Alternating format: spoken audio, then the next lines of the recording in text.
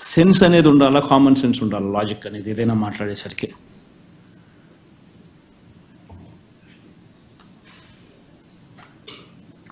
ఇంకోటి చంద్రబాబు నాయుడు ఇంకొక ఆశ్చర్యకరమైన మాటలు మాట్లాడుతాడంటే నాకు అది నిజంగా ఆయన బుర్ర ఒకసారి పనిచేస్తాను సార్, బుర్రేనా అది ఆయన ఏమన్నా చెడిపోయిన మున్సిపాలిటీ దిబ్బనా అనిపిస్తుంది ఒక్కొక్కసారి.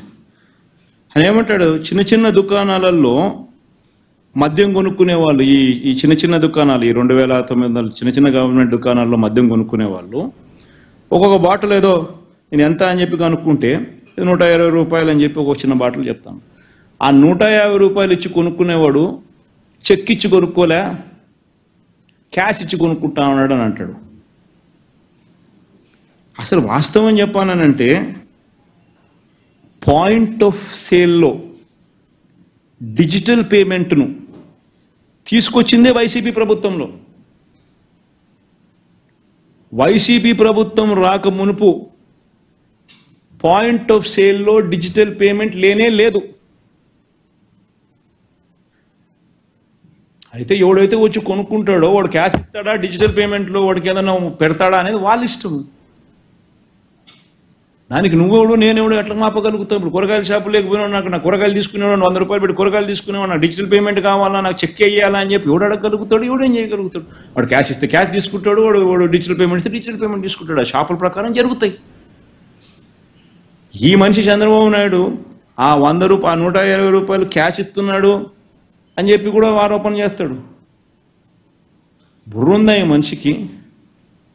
మన చంద్రబాబు నాయుడు 5 ఏళ్ళు తీసుకునేది ఏంది? ఒక డిజిటల్ పేమెంట్ అన్నా తీసుకున్నాడు, అంత క్యాషే కదా. అది కూడా ఎంఆర్పీ కన్నా ఎక్కువ రేటుకి అమ్మినాడు.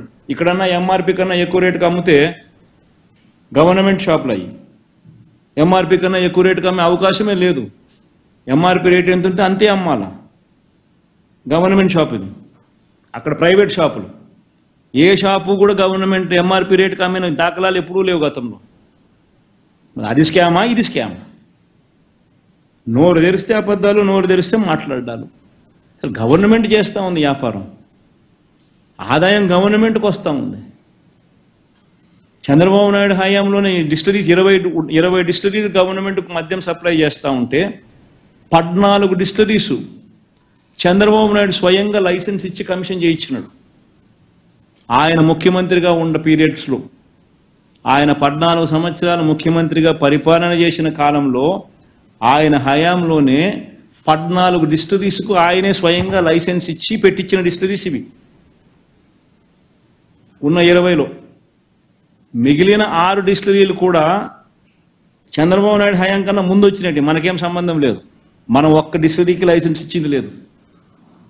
మరి ఆయన పెట్టించిన డిస్టరీస్లో ఆయనకు లంచాలు ఇస్తారా?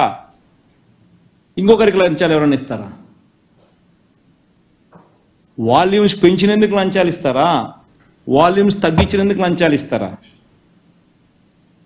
ఇవన్నీ ప్రతి ఒక్కరూ కూడా ఆలోచన చేయాలి. ఎవడు లంచాలు తీసుకున్నాడు, ఎవడు ఇప్పుడు లంచాలు తీసుకునేదానికి మళ్ళా రెడీ అయిపోయి, ఎవడు ఇప్పుడు మళ్ళీ మద్యం రేటు తగ్గిస్తా, నేను వాల్యూమ్స్ పెంచుతా, 1 బాటిల్ తాగేవాడు 4 బాటిల్ తాగండి అని చెప్పి ఇప్పుడు మళ్ళీ ప్రమోట్ చేస్తూ ఉన్నాడు.